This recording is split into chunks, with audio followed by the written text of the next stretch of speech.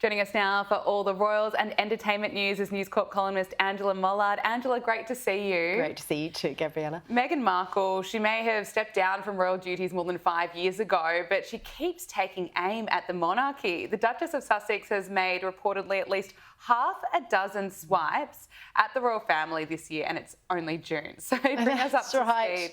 That's right. Well, she very first, obviously, when she launched as ever her new company, the very first thing she said was, look, you know, when I had the TIG, which was her previous lifestyle website, you know, I loved cooking and I loved gardening and being a hostess, and that she basically said I had to keep my light under a bushel at this time because of the royal family. Then we get her show, her Netflix show, and there's digs throughout that show. She says, you know, Daniel Martin, her makeup artist, has been her friend during the before, the during, the after. She talks about her creativity being stunted. She says that when, you know, she first, and, you know, as a result of the royal family, she says that when she became a mum, she would have thought that she'd be able to have a baby on her hip and give speeches. But then, you know, the whole drama and the pain and everything that was caused by being part of the royal family, they're all very carefully considered. Yes. They're not a direct assault on the royal family, but you only have to follow it to know that she's just getting these little digs in all the time, which means that she can't quite disengage herself from being royal. Why would she? It's the only reason that she actually has a platform, and yet she has to keep having a go at them. She's smart enough to know that we'll be talking about it if she has a go, so it keeps her in the news cycle, which means Netflix keeps hiring her, because even if the ratings aren't great, which they weren't, the fact that she's constantly being discussed means that, you know, she's a bona fide person to be engaging with. But it's no wonder that her popularity just keeps dropping, and people that have been following along can see right through this. But yes, I'm sure, seeing as it's only June, there'll be more to come, unfortunately. But let's talk about Princess Anne, because Princess Anne has declined parties and personal fanfare for her 75th birthday, and she's instead hosted more than 100 of her charities at Buckingham Palace. So she reportedly spent more than 2 hours at this event and personally greeting more than 200 guests and thanking them for their work. Can you tell us a bit more about this? It's interesting. We go from Meghan to Princess Anne, and two totally different representations of what it is to be royal. That's right. She's spent her 75th birthdays in August, but obviously that's the time of the year, midsummer for the Brits, when they're not around. So she doesn't want a party, any fanfare, anything like that. She's had these 200 guests, all from 100 different charities. She, of course, is the hardest working royal member of the royal family and has been for years. And it's not just some of these charities. If you look back, she's been with Save the Children, for instance, since 1970. She's been engaged with a charity which works with horses and disabled children since 1971. Wow. I mean, these are back when she herself was in her 20s, which illustrates what she sees being royal to be, that being the monarchy is not just crowns and castles, it's actually doing the work. And there was a brilliant profile of her earlier in the year with The Telegraph, where she allowed a journalist to accompany her on one of her patronage's meetings and duties. They spent a day, and this journalist just said she just knew everything about this charity. She knew all the people involved, the work that they were doing.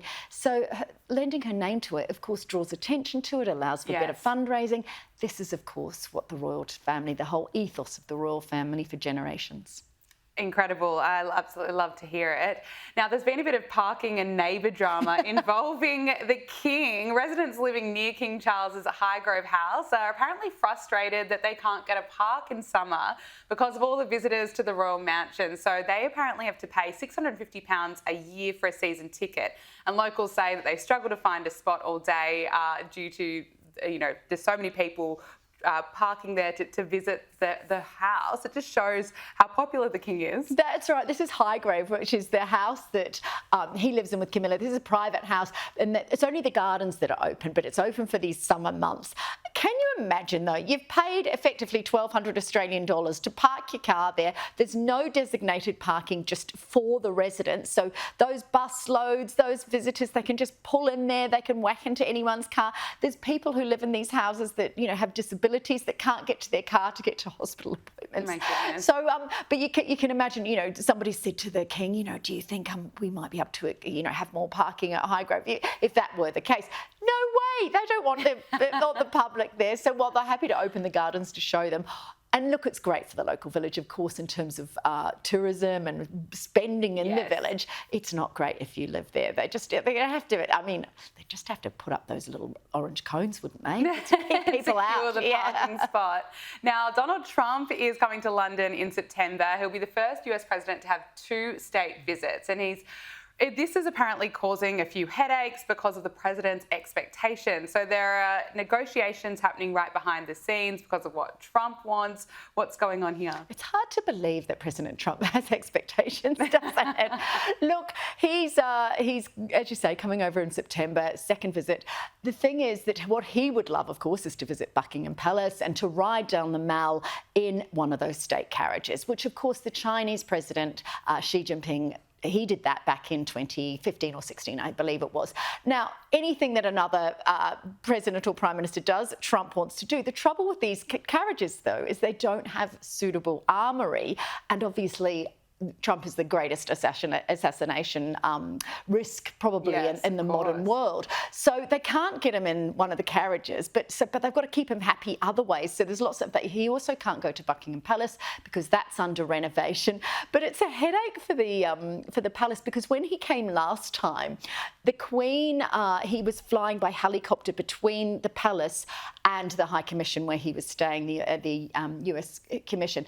But apparently his helicopter left all these divots in the lawn, and Scott Morrison visited not long afterwards, and the Queen pulled Scott Morrison to the window and said, look what President Trump did to my lawn. So it's not just trying to keep Trump happy, it's also, making sure that it doesn't cause a mess when he's there. Obviously, diplomatically, he's problematic as well. Last time, Theresa May, the Prime Minister, was trying to push through Brexit, and then Trump gave an interview to The Sun, completely off script, that no one was expecting. Right. So there needs to be careful management. But of course, they want this visit, the Brits, because the tariff situation between the UK and the US, also the defence negotiations, it's imperative that they keep Trump on side. And, he's having a bromance with Prince William and King Charles, but it's got to be on his terms. So can you imagine being one of the aides working on this visit? You just wouldn't want to, you'd just be tearing your hair out. Yes, you wouldn't want to get it wrong, and there's a lot to juggle. But let's talk about what's happening in the world of entertainment. There's more shocking revelations coming out of Sean Diddy Combs' sex trafficking trial. We've now heard from Diddy's ex-girlfriend, who's been identified in court under the pseudonym as Jane. She's taken to the stand, and she's made more allegations that Diddy allegedly made her take drugs before having sex with a male escort. She also testified about Diddy's alleged violent behaviour, said that there was an incident where he put her in her chokehold, was kicking, punching her, really awful things coming out of this trial. Can you bring us up to speed? That's right. So she's, as you said, she's anonymous, and she's using the name Jane. She also, of course, she was there when Diddy made the video where he apologised to Cassie Ventura, another girlfriend, about assaulting her in that incredible video that we've seen many, many times. So look, all these layers and previous girlfriends are just stacking up and adding up. It marks a month on Wednesday, a month since this trial began.